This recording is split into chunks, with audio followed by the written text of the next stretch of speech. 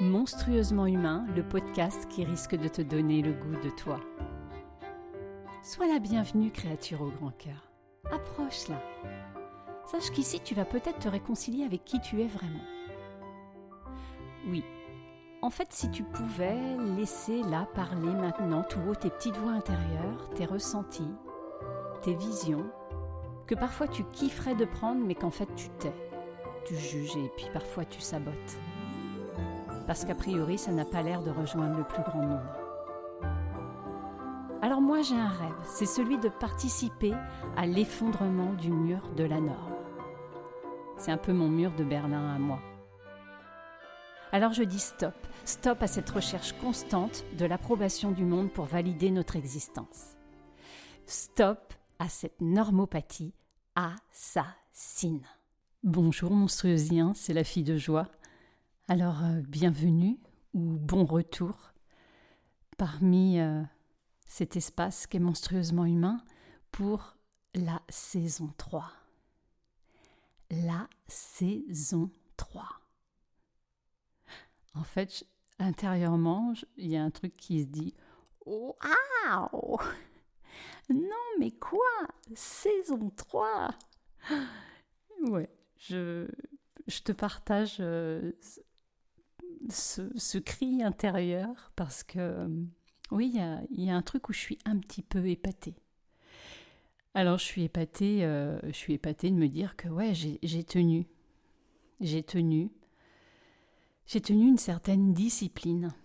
Ce terme difficile parfois pour moi qui pourrait plutôt susciter chez moi une peur de plutôt éteindre ou éteindre ce qui pourrait avoir envie de jaillir, ce qui pourrait avoir envie de s'activer ou de se stimuler. Eh bien non. J'ai tenu pour le moment. Donc, ouais, c'est vrai que sincèrement, il y a une certaine fierté. Il y a une certaine fierté, c'est ça. D'être montée dans ma petite berque. Alors si je te parle de berque, ce n'est pas ma langue qui a fourchu. Non, c'est parce qu'en fait ça me rappelle cette fois où le film d'animation Le Monde de Nemo est sorti et que je suis allée le voir avec mes garçons. J'avais adoré alors plein de moments, mais j'ai beaucoup aimé ce moment où Nemo il est avec ses copains sous l'eau et je pense qu'ils sont à un moment où ils n'ont pas vraiment le droit d'être là où ils se trouvent et ils aperçoivent le fond d'une barque. Ils sont sous l'eau bien sûr. Et là il y en a un qui dit « Hey les gars, regardez, c'est une berque !» Et j'ai adoré, j'adore toujours ces petits mots déformés d'enfants. Pour moi, c'est des vraies perles. Donc, tout ça pour dire que voilà, je suis montée dans cette petite berque après une formation auprès de l'Académie du podcast.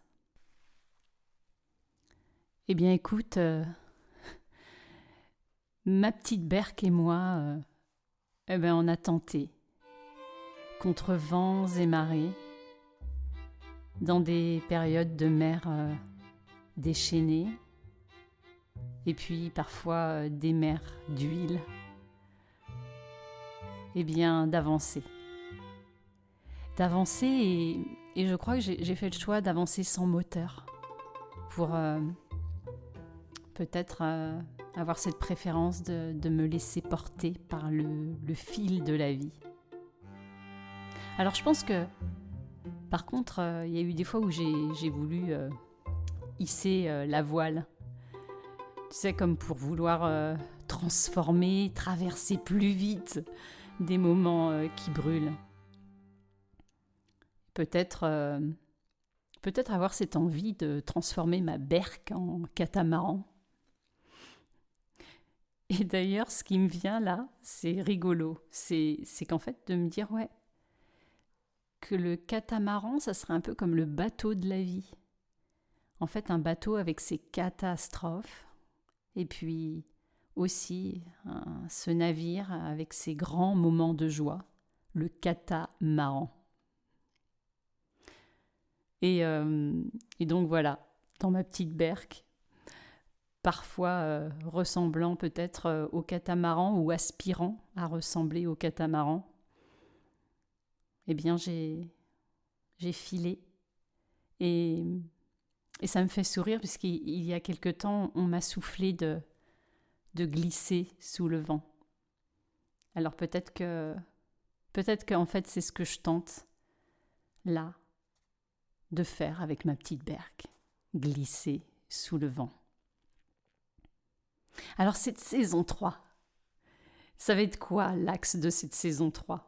Alors j'espère que je vais être claire, hein, parce que maintenant tu le sais, parfois ça bouillonne un peu trop chez moi. Alors moi j'ai envie dans cette saison 3, et parce que ce sont des propositions de travail avec moi, d'immersion, qui vont aussi fleurir. Ça va être de stopper les suicides intérieurs, de stopper en fait ces renoncements de partie de soi qu'on a trouvés pas à la hauteur ou pas dignes, qu'on a trouvées plus monstrueuses que monstrueusement humaines. Ah, donc j'ai envie, on va vraiment tourner autour de ça dans cette saison, comme pour s'entraîner ensemble, se muscler, à essayer de, tu sais, ce terme que j'ai inventé l'année passée, à dératiser la superficialité des normes, cette superficialité qui est créée par la norme, par les traditions. Et donc s'entraîner, à se muscler, à questionner, au moins questionner, voire stopper certaines traditions sociétales, culturelles, familiales, religieuses que l'on subit parfois, beaucoup plus que l'on savoure. Donc se poser la question, est-ce que ça me convient ? Et si c'est non, est-ce que je vais avoir le courage ? Est-ce qu'on va avoir le courage de transformer ? Ou on va décider ? Et c'est là où, pour moi, c'est extrêmement intéressant, où on va décider de perpétuer et de transmettre à nos enfants. Est-ce qu'on va décider de perpétuer ou est-ce qu'on va oser le hors norme ? Et donc c'est vraiment un questionnement qui est important pour moi, de pouvoir cesser cette superficialité des normes qui nous tuent, qui nous polluent, et que dans nos transmissions à nos enfants, on vient aussi polluer l'univers de nos enfants. Alors c'est vrai que c'est un questionnement en tant que femme, en tant que mère, qui est important pour moi. Et je crois que ces décisions en toute conscience peuvent mettre fin à nos suicides intérieurs pour nous et pour nos enfants. Alors je reparlerai de mes propositions d'immersion à d'autres moments. Mais l'idée, c'est vraiment de pouvoir te soutenir pour rapatrier toutes les parties de toi qui attendent dans certains couloirs du temps et qui n'attendent qu'à être réanimées, qui sont comme congelées en fait. Et pourquoi ? Pour jouer toutes tes notes, ta partition, venir reprendre par la main ces parts de toi que tu as jugées inadaptées, indignes. Et en fait, arrêter d'être un orphelin de toi. Stopper nos renoncements, tes renoncements à ton vivant, à tout ton vivant. Tout est tout ce qui peut sembler paradoxal et qui forme en fait une harmonie, ta spécificité. Donc stopper ces renoncements, les incarner et pouvoir transmettre ça à tes enfants, à nos enfants. Ne renonce pas. Lorsque peut-être toi tu as capitulé à vouloir changer de voie pro pour t'accomplir dans une voie totalement différente que ça aurait semblé, mais tellement pas sérieux, mon pauvre. Reviens, garde les pieds sur terre. Et puis, peut-être tes renoncements d'amour, tes renoncements à pouvoir aimer follement et à être aimé follement. Ou encore, tes renoncements aux rêves que tu avais il y a 20 ans de parcourir un pays, connaître une culture, parler une langue, jouer d'un instrument, oser quelque chose qui a priori, mais ne te ressemble tellement pas, parce qu'extérieurement ça ne se voit pas, mais qu'intérieurement c'est là, bordel. Donc reprendre, revenir, chercher, reprendre par la main. Ôter tes boules qui est que tu t'es mis pour ne pas entendre ce bourdonnement de la vie. Tu sais, ce truc qui gronde, ce vivant qui gronde comme une bête dans l'ombre, qui veille, qui est tapi, mais qui reste là, fidèle, ce vivant fidèle à toi. Alors quel focus dans cette saison 3 ? Eh bien, j'ai envie de dire peut-être le définir, ce focus sur le pilier relationnel, ce qui nous permet d'être en lien. Donc tout ce qui va concerner la relation filiale, la relation amoureuse, la relation amicale. Parler de ces suicides intérieurs et de ces superficialités des normes. Que choisit-on de créer en perpétuant ou en s'affranchissant de certaines normes autour d'un espace comme la famille, autour d'un espace comme le couple? Qu'est-ce que l'on ne s'autorise pas à être et à faire différemment en tant qu'homme, en tant que femme, en tant que conjoint, en tant que père ou mère, en tant que fils ou fille, en tant qu'ami, par peur d'être spécial, de ne pas correspondre au milieu d'où on vient, pas correspondre à la famille, par peur d'être spécial, bizarre, par peur de créer le désordre, de foutre le bordel, the divine mace, comme dit Jeff Foster, de ne pas appartenir, d'être rejeté encore et encore.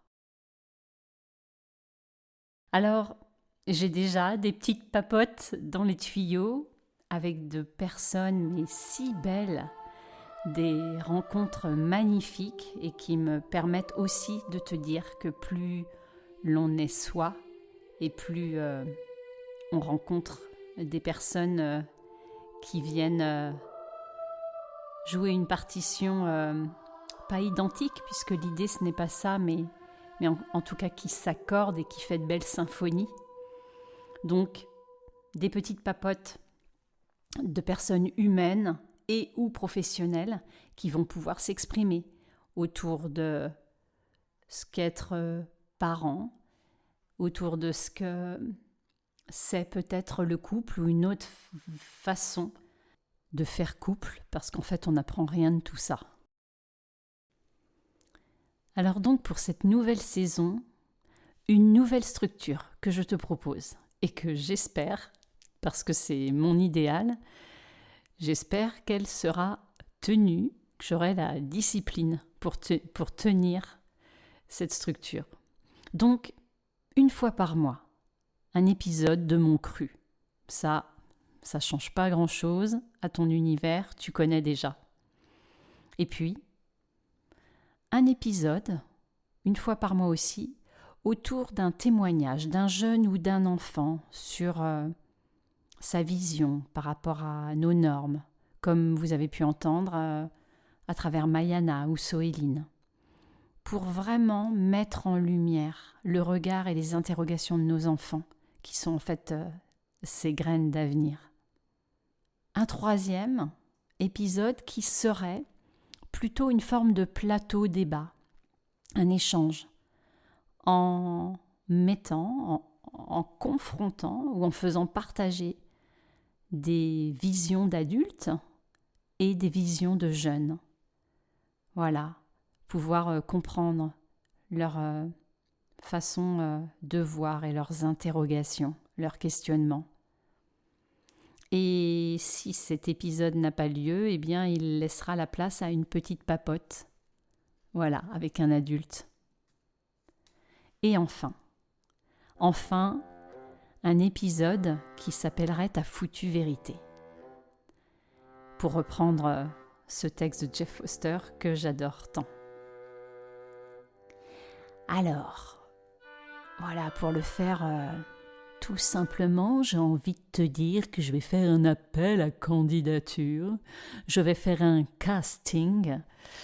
En fait, tout simplement, je proposerai aux personnes, à toi par exemple, de façon anonyme ou pas, la possibilité de pouvoir t'exprimer.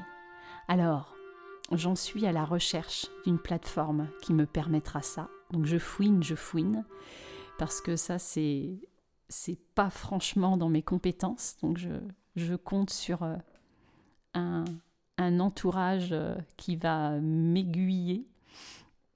Et donc voilà, permettre la possibilité de pouvoir s'alléger en s'exprimant sur quelque chose qui te pèse, sur un suicide intérieur dont tu as pris conscience il y a longtemps, il y a peu, là, tout de suite, maintenant, ou sur une partie de toi honteuse, différente, pouilleuse, où tu t'es senti bizarre.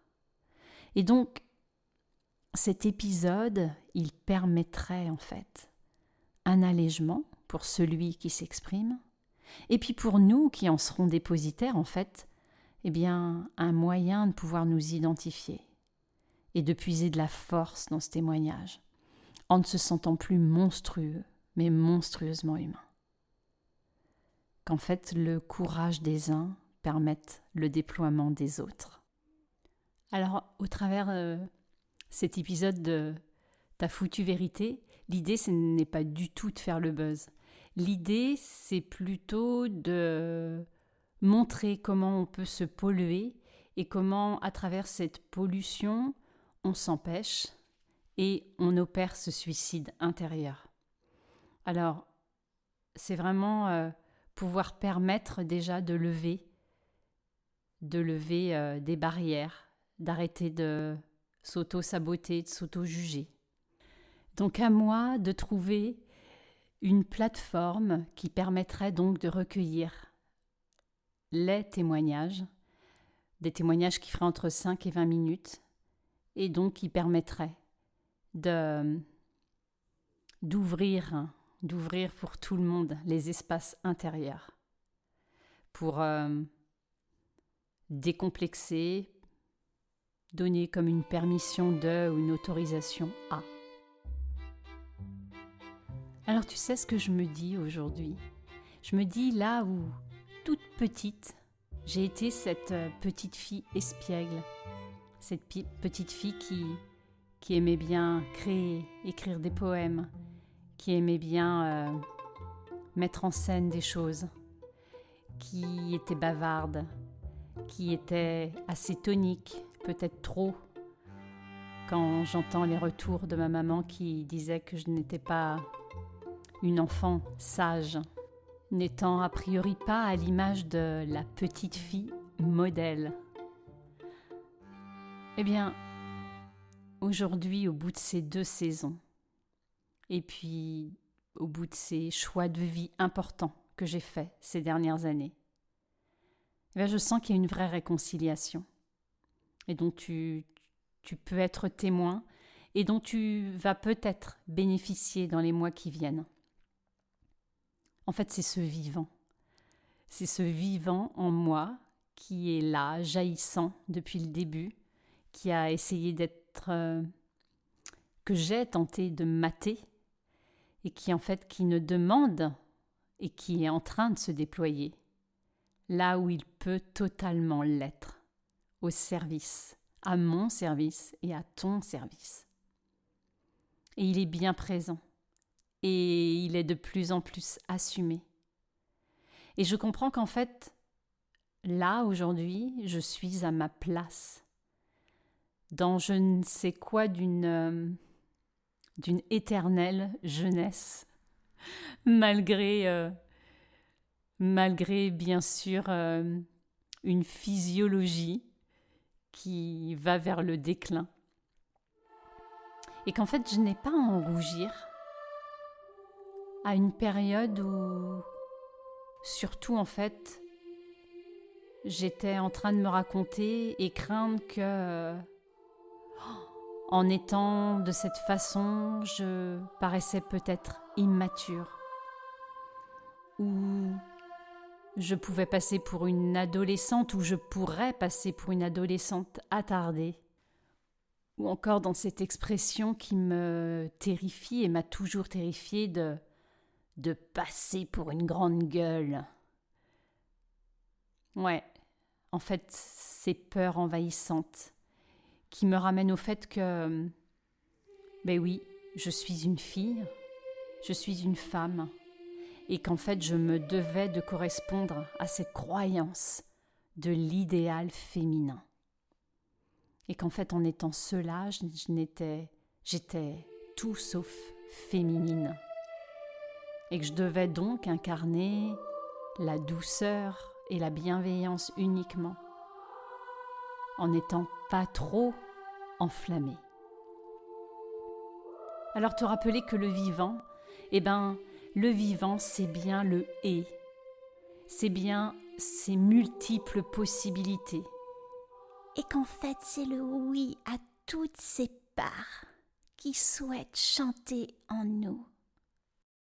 J'ai entendu Fabrice Lucchini, il y a quelques jours, qui citait Céline.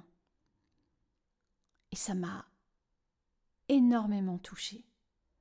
En fait, Céline définissait la dépression ainsi. C'est quand on n'a plus beaucoup de musique en soi pour faire danser la vie. Ça parle de musique. Et c'est ainsi que je te vois. C'est ainsi que je nous vois, avec notre musique interne, notre partition, notre mélodie. Et donc c'est ne renier aucune note. Surtout pas renier celle de notre passé joyeux et ne pas renier celle d'un passé plus triste.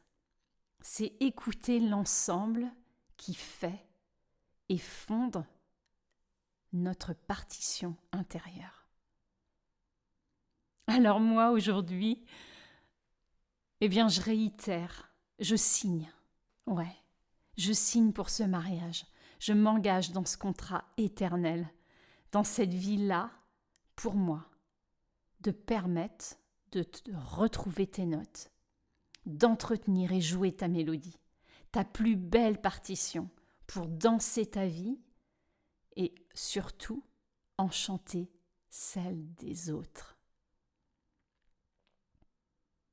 Et comme je crois que le pilier de tout ça, c'est l'amour, sous toutes ses formes qui se matérialisent à travers le vivant. Alors je vais m'attacher. Je te garantis que je vais m'attacher cette saison à participer, à stopper ces suicides intérieurs qui s'opèrent dans l'ombre. Et puis permettre d'entendre ta musique qui demande qu'à jaillir comme un geyser. Et puis te dire que cette saison, à travers cette histoire d'amour qu'est notre vie, Eh bien, j'espère te montrer que nous pouvons aussi oser choisir de ne pas être tiède.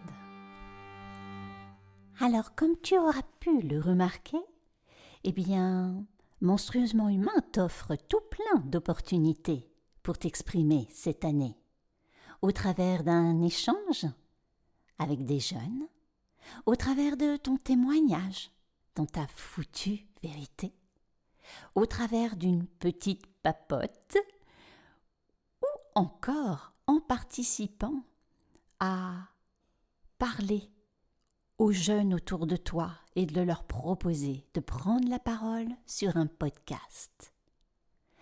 Alors, dis-toi bien, tu n'as donc plus aucune raison d'avoir peur. Tu n'as donc plus aucune raison de te planquer. You're welcome among our monstrously human community. Ça, c'est pour stopper à mon renoncement de parler anglais par peur de me planter. Bienvenue dans cette saison 3. À bientôt.